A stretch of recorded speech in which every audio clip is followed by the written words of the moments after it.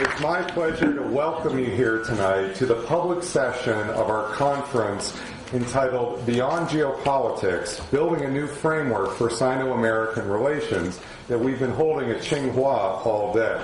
I want to thank Tsinghua University for hosting this conference, and a special thanks to Mearsheimer Tong, the director of the Institute of International Studies at Tsinghua, Sun Fang, assistant professor of the Institute of International Studies at Tsinghua, and Shi Jingquin, who is the secretary of the School of Humanities and Social Sciences and professor and dean of the Department of International Relations, also at Tsinghua.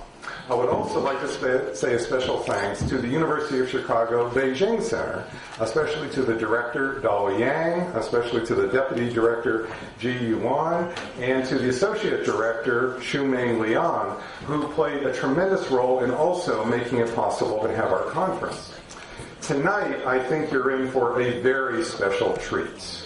Tonight, we're going to have a debate, a discussion about probably the central question in international politics today, which is, can China rise peacefully? There is no other question more important for the future of international politics than the question we're about to discuss tonight. And we have two of the most important people in the world to help us understand this question. And I am not exaggerating when I say that. We have Professor John Mearsheimer from the University of Chicago. He is a distinguished professor of political science, the co-director of the program on international security policy at the University of Chicago. Professor Mearsheimer has been at the university since 1982, and since then he's been the author of 5 books. Most notably, The Tragedy of Great Power Politics and The Israel Lobby and U.S. Foreign Policy. And I should also add that John Mearsheimer is widely viewed as the world's foremost living realist scholar of international politics. Our second speaker is Professor Mearsheimer Tong. As I just told you, he is the Dean of the Institute of Modern International Relations at Tsinghua University and the Chief Editor of the Chinese Journal of International Politics. Professor Yang has also authored 5 books, most notably including The Analysis of China's National Interest, and is one of the foremost scholars of international politics in China. I truly cannot think of 2 more distinguished people to debate this question than the 2 we have here before us. Now, as we go forward, time management is going to be one of our challenges.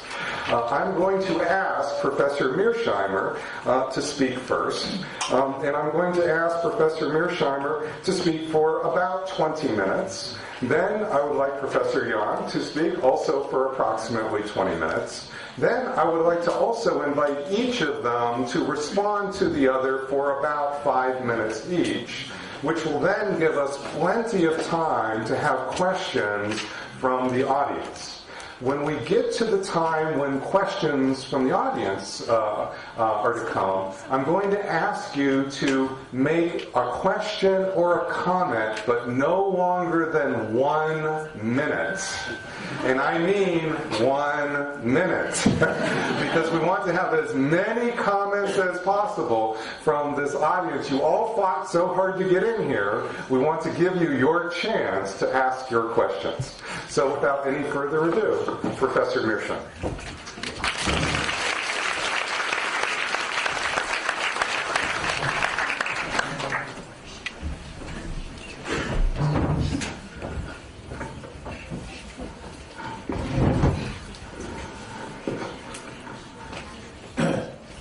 It's a great pleasure to be here tonight, and I deeply appreciate the fact that all of you came out to hear me speak. It's a very humbling experience to know that so many people are interested in hearing what I have to say.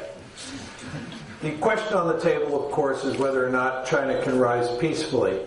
And as I'm sure almost all of you know, my argument is that China cannot rise peacefully. I actually say that with great regret, but I do think it is the case. My argument, of course, is that you cannot think seriously about this issue without a theory. It is a theoretical issue. And the reason it's a theoretical issue is because we have no facts about the future. So when you talk about this question of whether China can rise peacefully, you have to have a theory, and that theory has to be one that you have confidence in. You have to believe that that theory is good at explaining the past and the present, and therefore...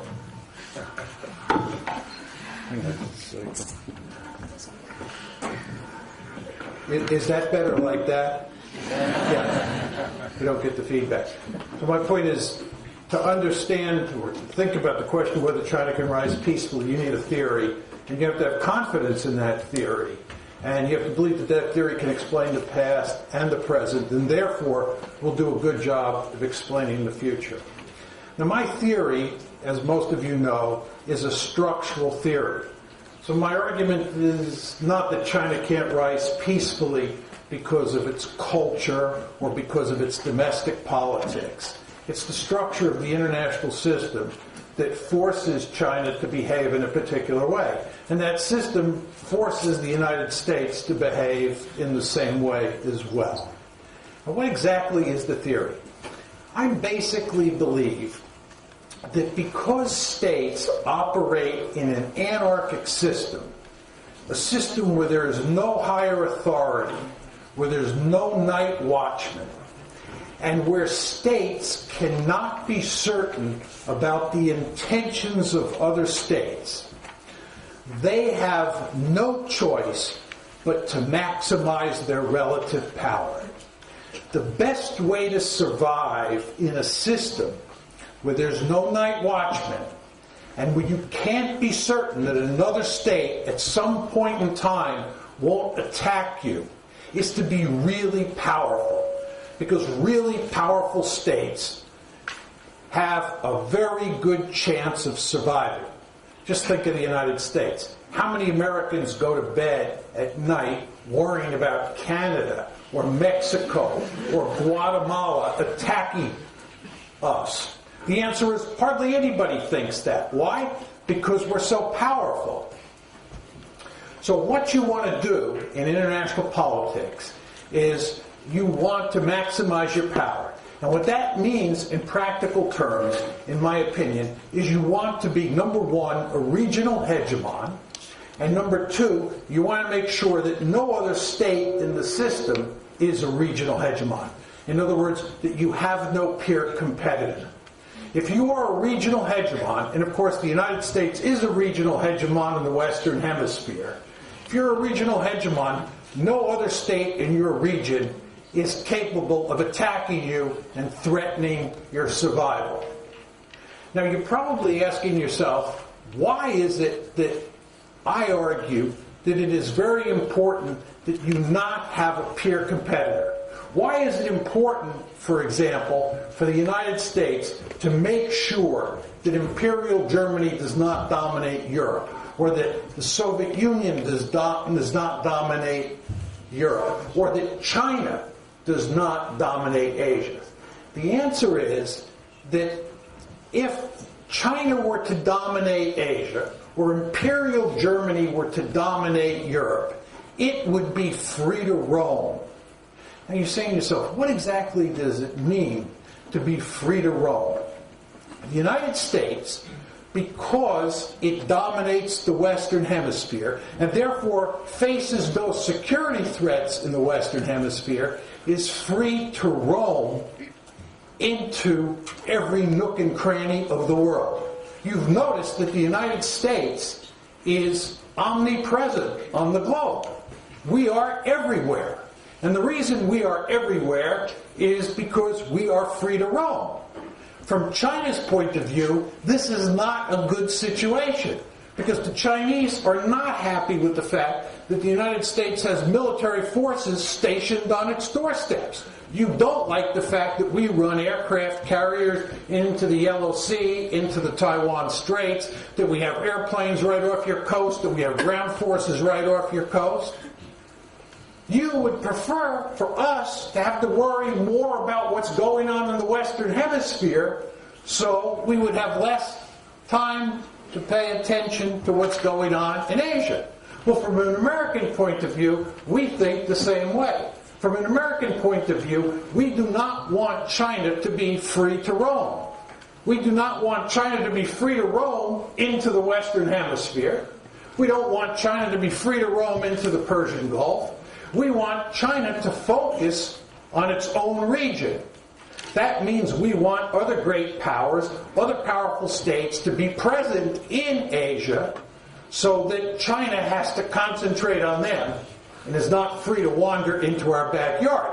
And of course, from China's point of view, you're unhappy with a situation where we're free to roam, because when we, the United States, are free to roam, we roam into your backyard, which is what we have been doing for quite a while now, and we intend to do for a long time to come.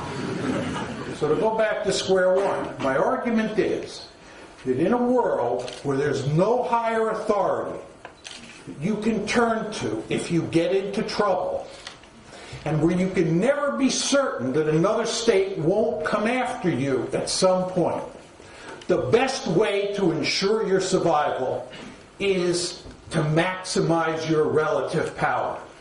To be, as we used to say in New York when I was a boy, the biggest and baddest dude on the block. Because if you're the biggest and baddest dude on the block, nobody fools around with you. And of course, in more specific terms, this means you want to be number one, a regional hegemon, and number two, you want to make sure that you are the only regional hegemon on the planet, that no other country dominates its region the way you dominate yours. So that's my basic argument. Now, what I'd like to do is give you a brief sketch of American history and try to make the case that the United States has behaved according to the dictates of my theory, because I believe this will give you some confidence that my theory is correct. And then when I'm done doing that, what I'm going to do is argue that China will behave the way the United States behaved and behaves. And that's consistent with my theory as well.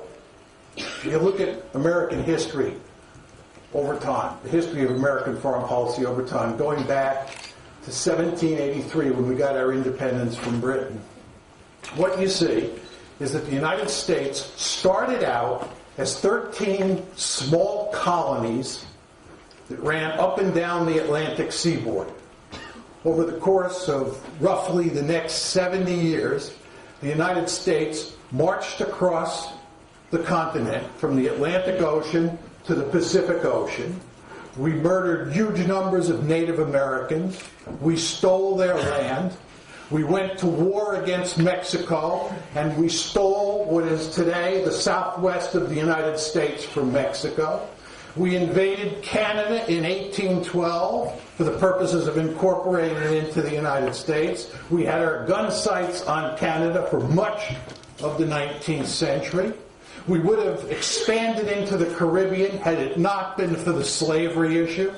The northern states did not want any more slave-holding states in the Union.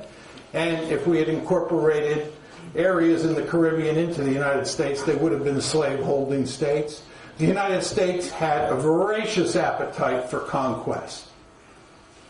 In modern history, there is no country that comes as close to the United States in terms of successful conquest. When Adolf Hitler invaded the Soviet Union on June 22nd, 1941, for the next few months, he talked frequently about how he was going to imitate what the United States did in North America in terms of carving out Lebensraum in the Soviet Union. Furthermore, not only did the United States go to great lengths to establish hegemony in the Western Hemisphere, over the course of the 20th century, we came up against 4 potential peer competitors: Imperial Germany, Imperial Japan, Nazi Germany, and the former Soviet Union. The United States played a key role in putting all four of those countries on the scrap heap of history. The United States would not tolerate the idea that any of those four countries would be a peer competitor. And the United States has made it clear on numerous occasions since the Cold War ended that we will not tolerate a peer competitor. We intend to remain the only regional hegemon in the international system. So the argument I'm making here is that if you look at American behavior since 1783, it's consistent with my basic theory. This brings us to the Chinese case. How is China likely to behave as it becomes much more powerful? And it's very important for you to understand, I'm not talking about China today, and I'm not talking about China tomorrow. I'm talking about China 10, 20, 30 years down the road, when it becomes very powerful, when it's much more powerful than it is today. And the question you want to ask yourself is, how is China likely to behave then? And my argument is, as China grows more powerful, it will go to great lengths to establish regional hegemony. Why? Because from China's point of view, it makes eminently good sense to be the most powerful state in Asia. All of the Chinese in the audience surely remember what happened in the past when China was weak. When China was weak, it was victimized. It was victimized by the other great powers. It would have been much better for China if from 1850 forward it was by far the most powerful state on the planet, instead of being one of the weakest states on the planet. Because when you were weak, you were victimized. You want to be the biggest and baddest dude on the block. If I gave you a choice, you can be 50 times more powerful than Japan, or Japan can be 50 times more powerful than you. Do you think it makes any difference? Of course it makes difference. It makes a huge amount of difference. There's no Chinese person in his or her right mind who doesn't want to be 50 times more powerful than Japan. If you're Chinese, you want to be 50 times more powerful than Russia, India, and Japan. You want to be the most powerful state in your region.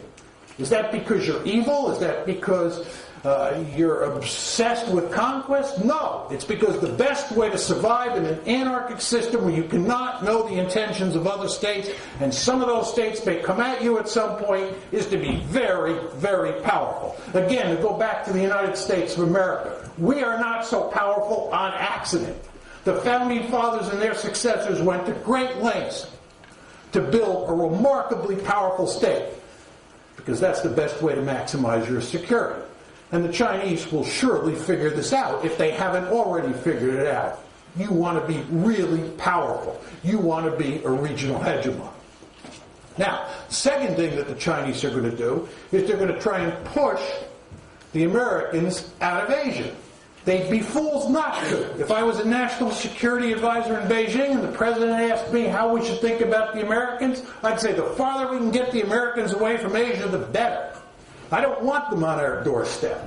I'm an American. We have this thing called the Monroe Doctrine. You've all heard of the Monroe Doctrine. In 1823, old President James Monroe told the European great powers, "We are not now powerful enough to throw you out of this hemisphere, but we're eventually going to reach the point where we are powerful enough to throw you out. And we're going to throw you out, and we want you to know you're not welcome back in the Western Hemisphere." The Monroe Doctrine is still operative today. If China gets really powerful and it tries to project power into the Western Hemisphere, we will not be happy at all. Should we expect China to have its own Monroe Doctrine? Of course we should.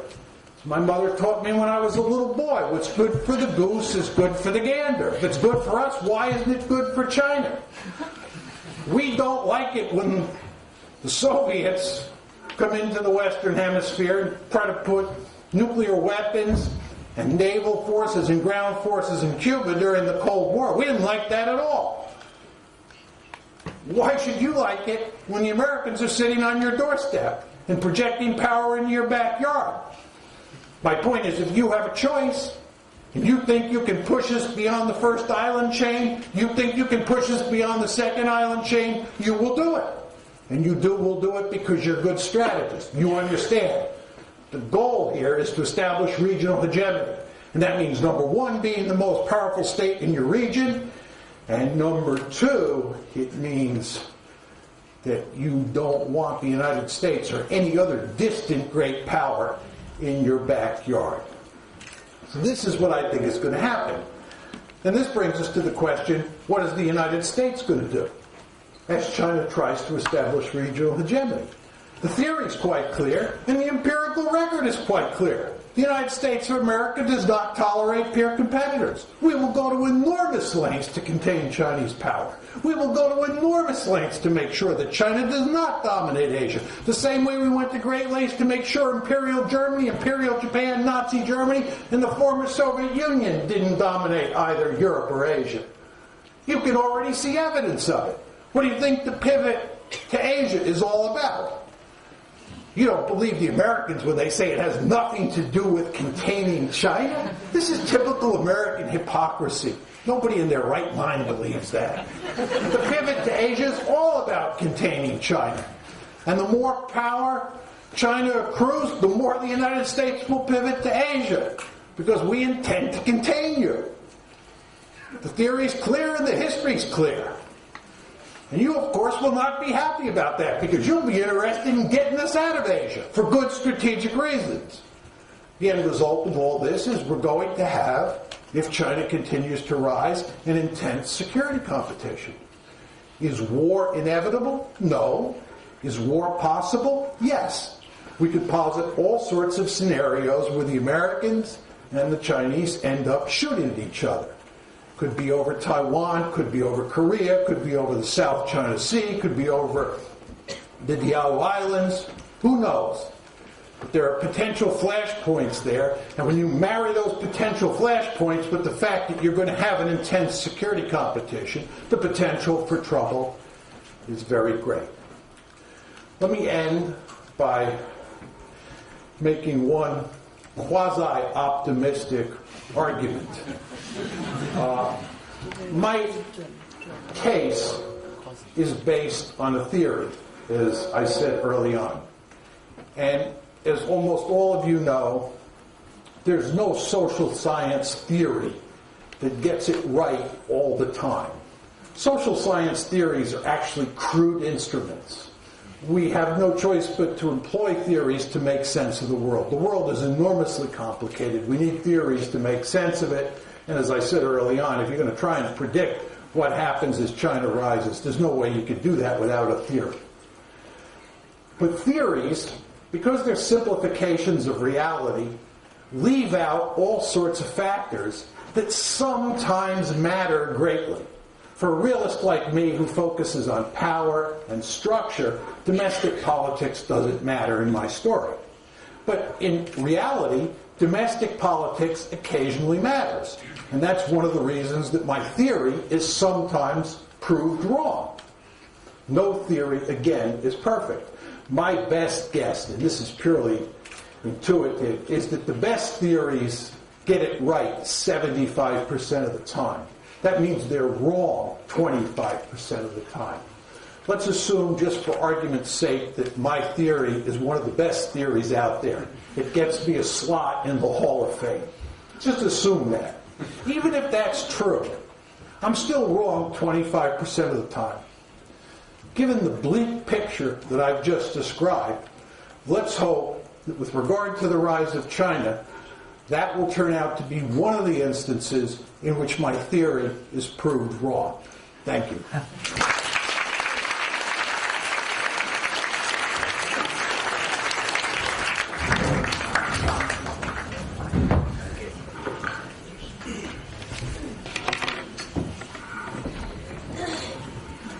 Well, Professor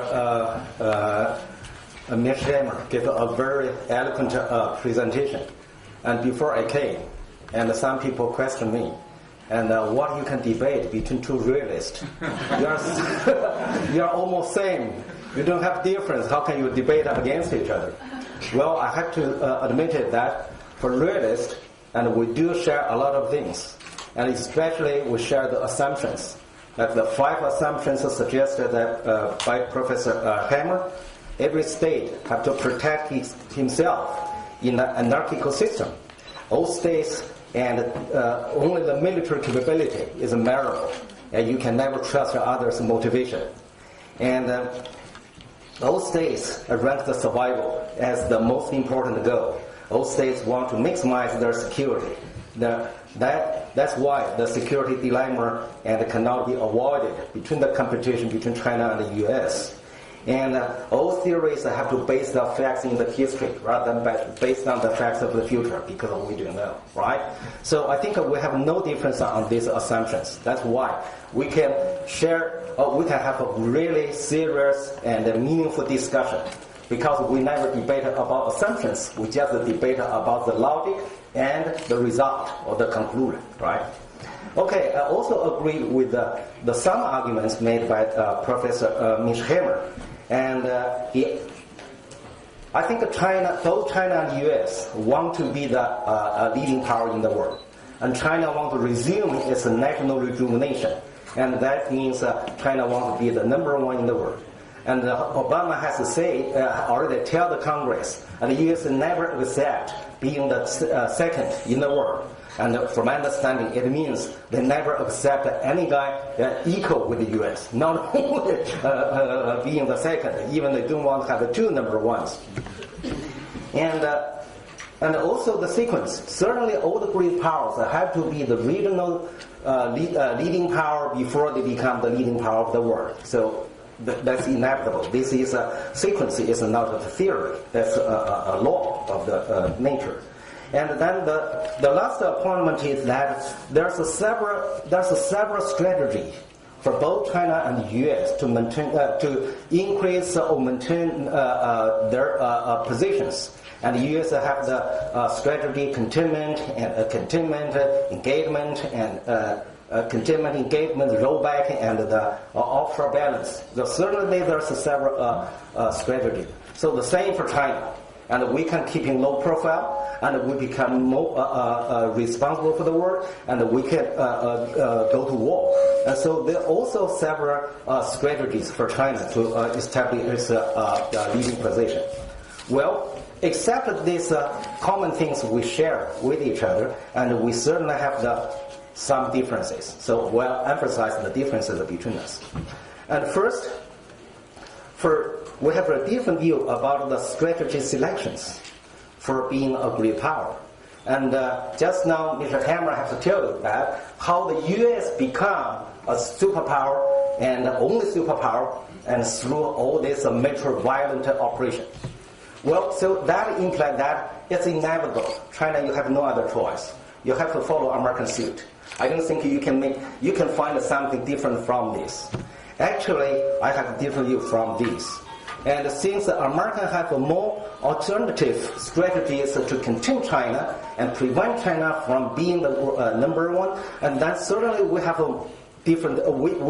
There's more strategies available for China to become the leading power. And for instance, during the competition between the U.S. and the Soviet Union during the Cold War, and the U.S. mainly rely on the containment strategy, which is very different from the strategy adopted by the UK during the colonial period. And when the UK compete against the France, they compete to see who have more colonies. But for the US, they say, no, I don't need to occupy these colonies. I just want to make more allies. So finally, America make more allies, have a powerful alliance, and then win the game. So the same for China. Now we move to the new age. From my understanding, we certainly can looking for some new strategy. And I think later on I will dwell on that and what Xi Jinping has already suggested for us. Definitely different from keeping low profile. And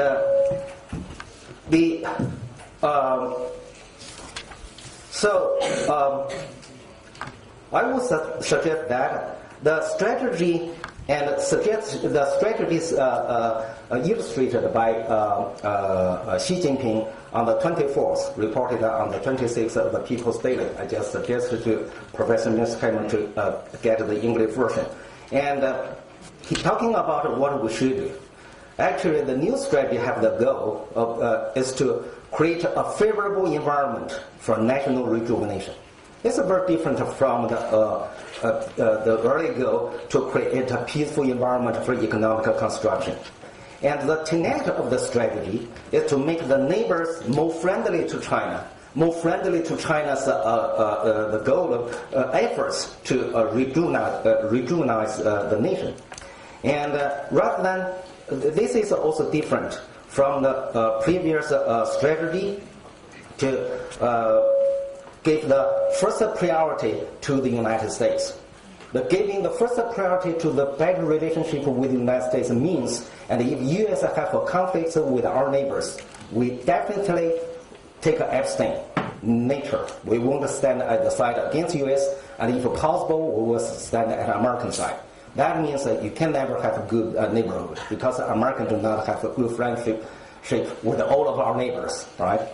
And the third, the general layout is to establish 3 sub-regional economic community and the deepen security cooperation with neighbors. This is very different from before.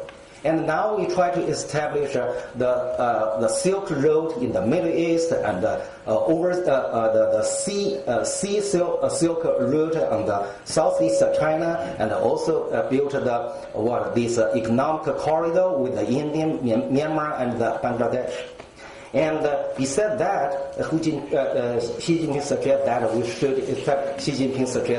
we should deepen our security cooperation with our neighbors. And yearly, and we only concern the economic security with neighbors, but we're very reluctant talking about security cooperation with them.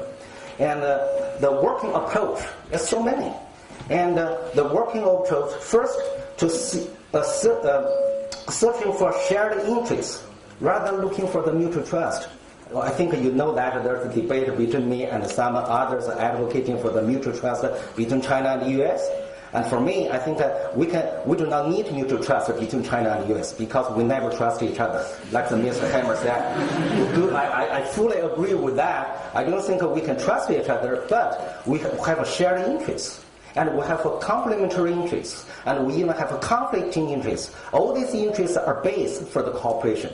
And the common interests and the complementary interests will help us to build up the positive cooperation, and then based on the conflicting interests, we can develop preventative cooperation. And also this working approach also concerns that sticking to the value of the justice and the benefits. And that means the cherished friendship and the rightness. This is so different from before. Usually we do not want to make the distinction between friends and enemy. Some will argue that because we moved into the age of the globalization, we no longer need to make the distinction of friends and enemy. So once I make jokes that if you are equally friend to every woman, then you have no wife. Right? So now the same thing. For China, we're concerned we have to. And here talking about we have to value the friendship. That means also we do not value those who are confronting against China. So we make the distinction between friends and enemy. And so, and the other working approach is that try to make our neighbors economically benefit from China. Make them benefit economically from China. It's not we try to make both sides mutually benefit each other equally economically. Not economically mutually benefit each other. We are willing to, give them more favorable treatment. So, from my understanding, it's very possible you can make friends if you make your friends benefit from your money and your security protection. That is it. And certainly, from my understanding, this strategy will concern, the term is the fate community, the 命运共同体. The fate community, from my understanding, it doesn't refer to the free trade zone. It's not the common market. No, it refers to, for me, it's the even more deeper relationship than mutual allies. It's a combination of the integration of economy and security. So this is something very new. And from my understanding, this in some way is like the term I argued, human authority. Human authority concerns that to let the others to benefit from his leadership, rather than let others to suffer from his leadership. Why? They are not so stupid. They are not giving the money away for nothing. They want to get political support. And they need political support. If China wants to achieve the national rejuvenation, we have to. We have to pay for it, and you don't have free lunch. Okay, the other different view between the moral realism and the offensivism is about the importance of the morality. And from my understanding, for offensive realism concern the value of morality, it doesn't mean anything. But for moral realism, we consider is really important. The reason because okay, I lost that page. And I have to speak from my memory. And from my understanding, for moral realism, we regard it. Morality is the resources of the capability. And because the morality can help you to strengthen your friendship with neighbors, and can improve your the capability of mobilizing and the international support, and strengthen your domestic political will. And also because the different morality and will have the impact of the selection of the strategy. That means, and you find that, and Junior Bush will adopt a different strategy from the Clinton. And then you find that Deng Xiaoping adopt a different strategy from Mao Zedong. And now I think Xi Jinping is to adopt a different policy from Hu Jintao. And so the value really have impact on the morality. For offensive realism, concern that the military is the base of the capability or the national comprehensive power. For me, I think the political leadership or the moral realism regarded the political leadership is the base. And certainly for economic realism, we regard the economy as the base for the national comprehensive power. Why is it so important? The important thing that if the different leadership will adopt a different strategy. For instance, when China was so weak in 1950s and 1960s, we went to a lot of wars. That's Mao Zedong's preference. And in some way, like the Junior Bush, and their preference and is for the military solution. But then come to Hu Jintao and Clinton, you find that they are reluctant to go to war. And they have different value. And they have different belief. And that's why, and when China was weak, we went to more wars. And when we are getting strong after 1984, we're getting stronger and stronger. We become less and less involved in any war. That's strange. And China is now the most peaceful country among all of the major powers. And Japan, including Japan, all major powers are involved in the war after 1991, but not China. China involved in no war, and that's really strange. I don't think it's normal. Well, finally, I will come to this point with what we debated: whether China can rise peacefully.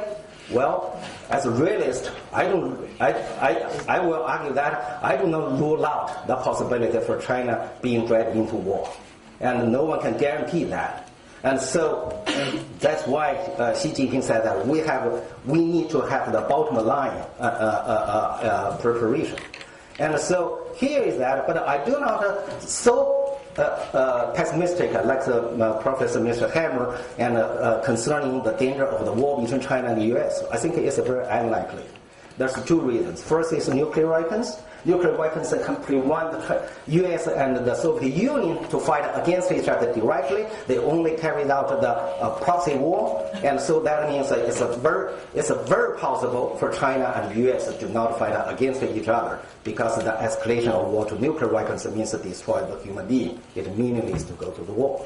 The second is globalization. I know people for a long time we argue that integration from the Chinese walls. And we argue that economic integration cannot prevent the Germany and the France fall into war. Well, they didn't realize that globalization is different from the economic interdependence. Economic interdependence only means the increased accessibility as well as the vulnerability of the two sides. But the globalization different. Globalization on the one hand increases the sensitivity of the interdependence, make both sides cautious, concerned whether they should go to the war against each other, and also they reduce the vulnerability of the interdependence. What I mean reduce the vulnerability of the interdependence means that there's an alternative market.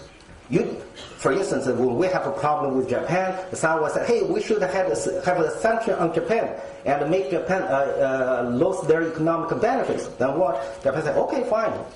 They shifted their capital to the Indian, to the Southeast Asia. Well, they can survive. They are not so vulnerable. They do not need to use the military force to protect their market. So from my understanding, this theory can also apply to the relationship between China and the U.S. Even we have any sanctions on each other, and I think each side becomes so huge, it's okay, fine, I find some market or the resources from others.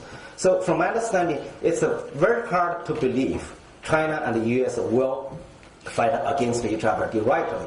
How about the war between China and the other neighbors? That depends on how do you define the term peaceful rise. For me, peaceful rise means that China do not initiate a war. And I don't mean that when others attack China, we say, okay, fine, because this is our principle, peaceful rise, so we will tolerate it no matter how you beat me. Well, so we certainly fight back. So I never regarded the fighting back as not peaceful, I think, because you are forced to do that. And final thing is the difference between the moral realism and the offensive realism is the time span or time limit for forecast or prediction. My book, The Ancient Chinese Thought, Modern Chinese Power, and concern that the leadership is important. So my forecast have to base on the leadership. So my latest book, The Inertia of the History, China and the World in the next 10 years, and I predict that in the next 10 years, it's hard to believe China will initiate a war.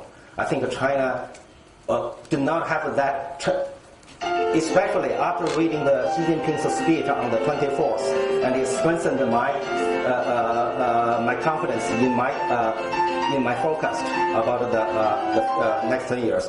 I guess China will become the superpower by the 2023, maybe a little bit earlier than Mr. Mearsheimer predicted. Mr. Mearsheimer's argument consider about 20 or 30 years, and my theory will be tested by the history within 10 years. So I have a more dangerous situation to face with, and my theory possibly be disproved by history. And so Mr. Mearsheimer's theory is more safe. He can wait for 30 years. Okay, thank you very much.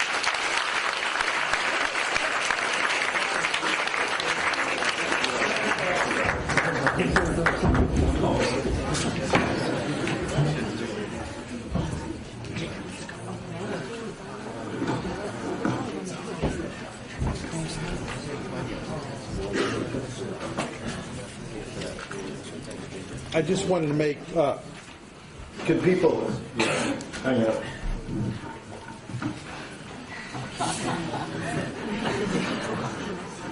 Modern technology.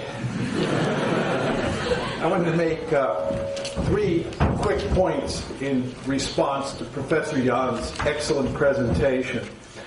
First of all, he made the argument that President Xi and the Chinese government is now going to go to considerable lengths to have good relations with neighbors, to incorporate China's neighbors into economic and security arrangements that enhance cooperation and make conflict less likely. I think this is a smart strategy for China to try, but I do believe it's going to fail. And I believe it's going to fail for 3 reasons. First of all, what is really scaring China's neighbors and the United States is Chinese capabilities. As I said in my presentation, nobody can know another state's intentions. And that's especially true when it comes to future intentions. So, given that difficulty of figuring out what intentions are, you concentrate on capabilities. And anytime you see a country that has the kind of potential that China has, and you see it realizing that potential, it's just going to scare you greatly. So all of China's neighbors are going to be scared no matter what you say, just because you're getting so big. The second reason that there's going to be trouble is your neighbors have an incentive to cause trouble now and to settle disputes with you, China, before you get really powerful. What's very interesting is if you look at all the disputes that China has been involved in over the past 10 years, China initiated virtually none of those disputes. It's the Philippines, it's Vietnam, it's Japan that have initiated the disputes. I think the Chinese have overreacted in response. But the fact is, the Chinese have a vested interest in staying cool because time is on your side. You get more powerful as time goes by. You become Godzilla. And when you become Godzilla, you get to dictate the rules of the system. So if you're Chinese, the name of the game is just to sit back and wait and continue to grow. But your neighbors have exactly the opposite set of incentives. They have a vested interest in settling disputes now, when China's not so powerful and the United States is very powerful. So your neighbors are going to have an incentive to cause trouble. The third reason that being nice won't work is that everybody knows that you, China, are a revisionist power. You are unhappy with the status quo regarding Taiwan. You are unhappy with the status quo regarding the Diao Islands. You are unhappy with the status quo regarding your border with India. You are unhappy with the status quo regarding the South China Sea. You are unhappy with the way the rules have been written in international institutions. There's just all sorts of evidence that you're unhappy. And when you get more and more powerful, you're going to change the rules. So for those three reasons, being nice won't work. Your neighbors are going to be increasingly scared of you, and the United States is going to be increasingly scared of you. Second point is, Professor Yan talked about the importance of morality and moral realism. And the argument here, of course, is that the Chinese place a high premium on morality. That is dangerous. I come from a country, the United States of America, that places a high premium on morality. It gets us into all sorts of trouble. It makes us more aggressive. Liberals in the United States believe that we are an exceptional country. We are the city on the hill. Right? We are a light unto nations. Morality is on our side. We have a right and a responsibility to run the world. We should teach you Chinese the basic facts of life about moral virtue. Anytime you go down that road, the imperative to intervene here, there, and everywhere goes through the roof. Realists, on the other hand, good realists, realists who do not put that word moral in front of realism, are much less likely to get involved here, there, and everywhere. Why? Because we understand the tragic nature of international politics. We understand, like Clausewitz, Clausewitz was a great realist, just how complicated and how dangerous war is. It is no accident, ladies and gentlemen, that virtually every realist of any note opposed the Vietnam War. Virtually all the realists opposed the Iraq War. And most of the realists I know oppose America's interventionist foreign policy. And it's liberals with their sense of moral superiority who want to run all over God's little green acre, fighting wars to improve the virtue of foreign countries. So the fact that I hear that China is more interested in moral realism makes me very scared. This brings me to my final response to Professor Yan's presentation.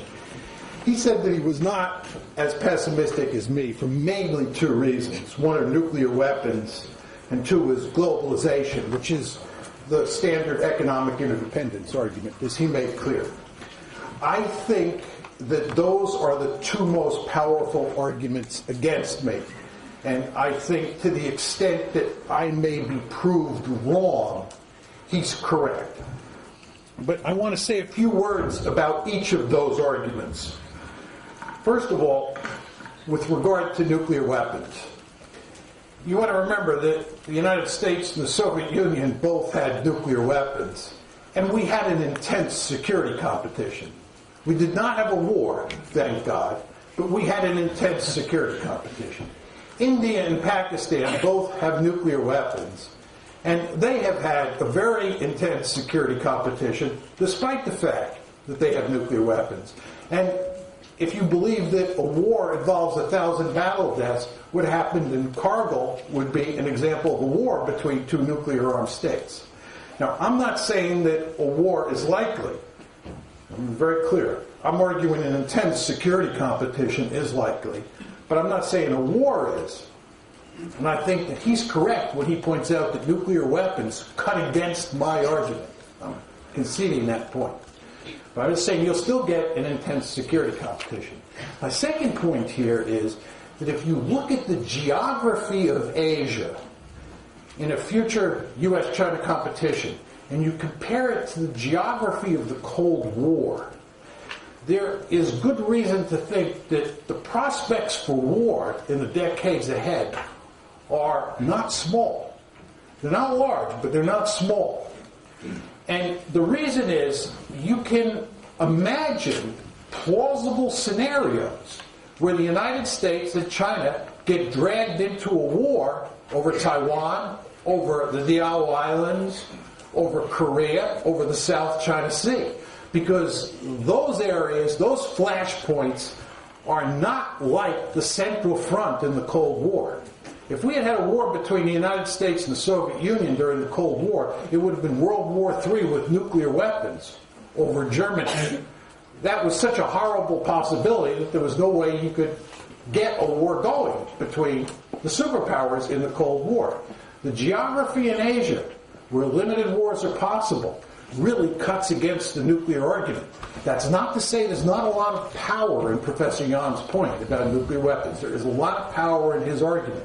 But we do not want to be overconfident on this one.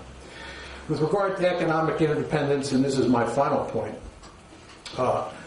first of all, what that argument is really all about is the relationship between economics and politics.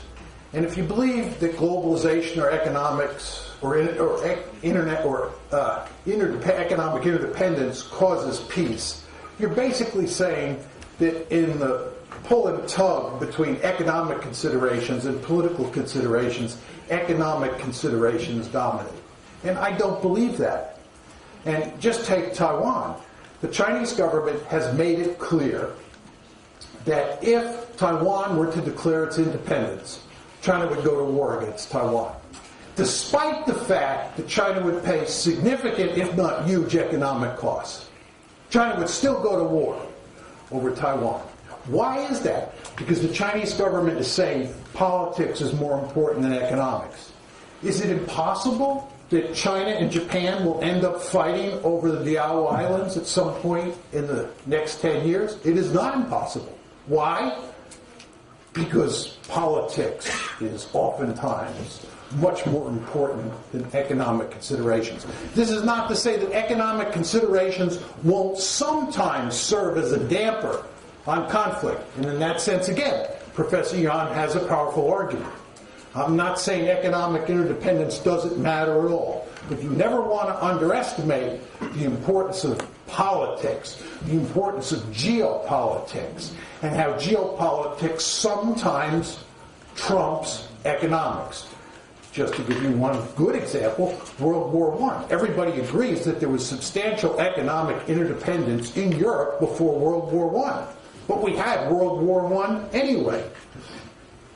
So I would not bet a lot of money that economic interdependence will be our saving grace any more than I would bet that nuclear weapons will be our saving grace. Although I concede in both cases that although those two factors do not dampen the security competition, they do lessen the possibility that that security competition will turn into war.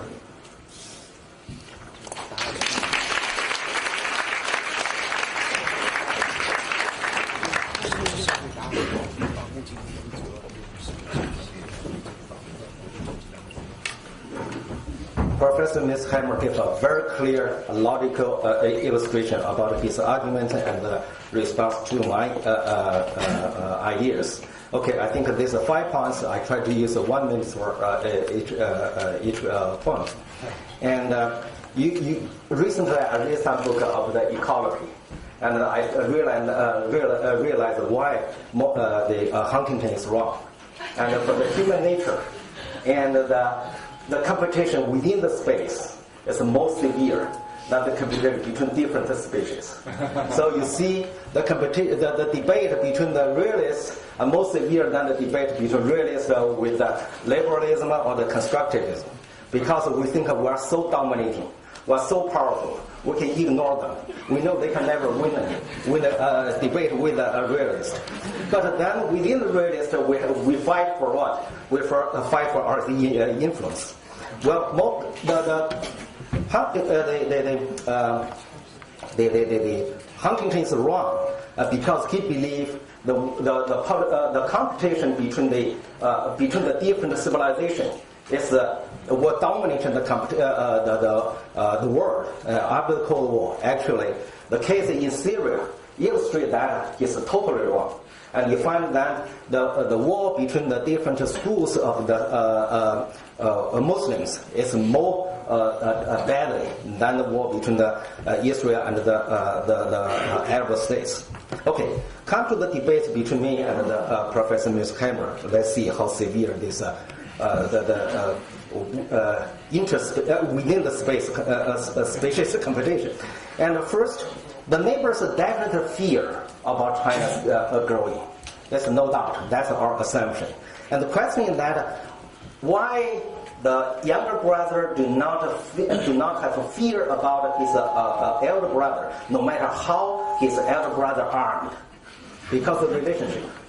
And if China turn our neighbors, these weak, small neighbors, into our younger brothers, and then they won't fear us. The reason our neighbors are fear of China because we tell them, I'm not your brothers. China insists on non-alliance principle. I'm not to protect you. If you're bullied or being attacked by others, I'm sorry, that's your business. Don't rely on me. So when China tells them, okay, come to me, I'm going to help you. Okay, I'm your elder brother. Okay, I protect you. I need big arms. And so these guys will say, okay, China should have a large military expenditure. And our neighbors, certainly because we are not their elder brothers, they certainly, that's why I'm talking about what's the idea behind Xi Jinping's argument about the faith community. Okay. And then the second point is that neighbors will purposely initiate disputes. Definitely. I think they're very rational. If they initiate the disputes with China, can get more money from China, why not? And if I give the advice to the Philippines, I say, hey, you poke China, and China will give you more money, and then they will do more. Last time they caused the trouble, and we gave them a $7 billion trade agreement, so they're not satisfied, and they want more. We said, sorry, no, that's it. If you want more, okay, then you get punished. Okay, so how can we do? To those countries who never be satisfied, and it's so greedy, you have to punish them. You have no other choice. And so what I do not mean that you use a military force to punish them, and you can isolate them, and you can contain them just like what the U.S. did against the Soviet Union, right? So the same thing, America adopted an engagement policy against China in 1990s. And we can follow, in this perspective, we can follow American suit and dealing with those guys who purposely take a confronting policy against China. And the third, and denial won't work. Well, that depends on denial to whom. The denial is never work with your enemy, but it works with your friends and your supporters. And from my understanding, the human beings are so selfish. And if you give them economic benefits and the security protection, no matter you be now or not, and then they will take you as their friends. So I think the policy is very clear, and use our Chinese word that let the neighbors benefit from us. We will not economically benefit from you. Okay. So I think this economic benefit can turn their attitude toward China. And the last thing, the last but one about the difference between the values and the morality. When we're talking about morality, from my understanding, that Americans have a different definition for morality and the Chinese definition for morality. We have a different moralities. And for instance, and for Chinese, we concern because the Americans' morality is based on the Christian. So they concern, okay, I'm right, so you should follow me. For Chinese morality, it's the opposite. I'm more civilized, so I don't think you should follow me. And you want to learn from me, okay. If you don't want to, okay, keep your backward position. I do not care. And so for Confucius said that, and we never reject those who want to learn from us. But I never go to you to teach you how to behave yourself. So this kind of different philosophy, a different culture, different base for the morality will make China adopt a different strategy from the U.S. The final thing is about the function of the nuclear weapons and the globalization. And first, I should say that nuclear weapon itself cannot prevent war between the U.S. and the Soviet Union. And certainly it won't prevent the war between China and the U.S. And the U.S. must plus with MED, the mutual assured destruction strategy. Without that strategy, it won't work. That's why the Schelling gets the Nobel Prize. The only IR scholar got the Nobel Prize for what? For that strategy. And from my understanding, like at the beginning, we argued that all realists have the same assumption. All the theories should be based on the facts in the history. In the last 60 years since 1945, the facts tell us the nuclear weapons plus MED reliable. And we hope the Nobel this time didn't issue the wrong prize to Schelling. And certainly they issued a wrong prize to the Obama. And the final thing about the economy, whether economy, the globalization can prevent this, prevent China to go to war over the Taiwan issue and the other issues with neighbors. I'm 100% agree with Professor Hammer. Economic interests can never prevent great power from going to war. That's the imagination.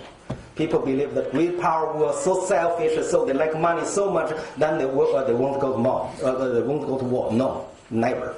But then the political concern is very important. Political concern is the motivation of going to war. And then the question is that, and if China do not prepare to go to war, and these neighbors, and they will become, they have more guts to poke you, to cause, to initiate more disputes with you. But you're ready to go to war, and then you make your deterrent strategy reliable.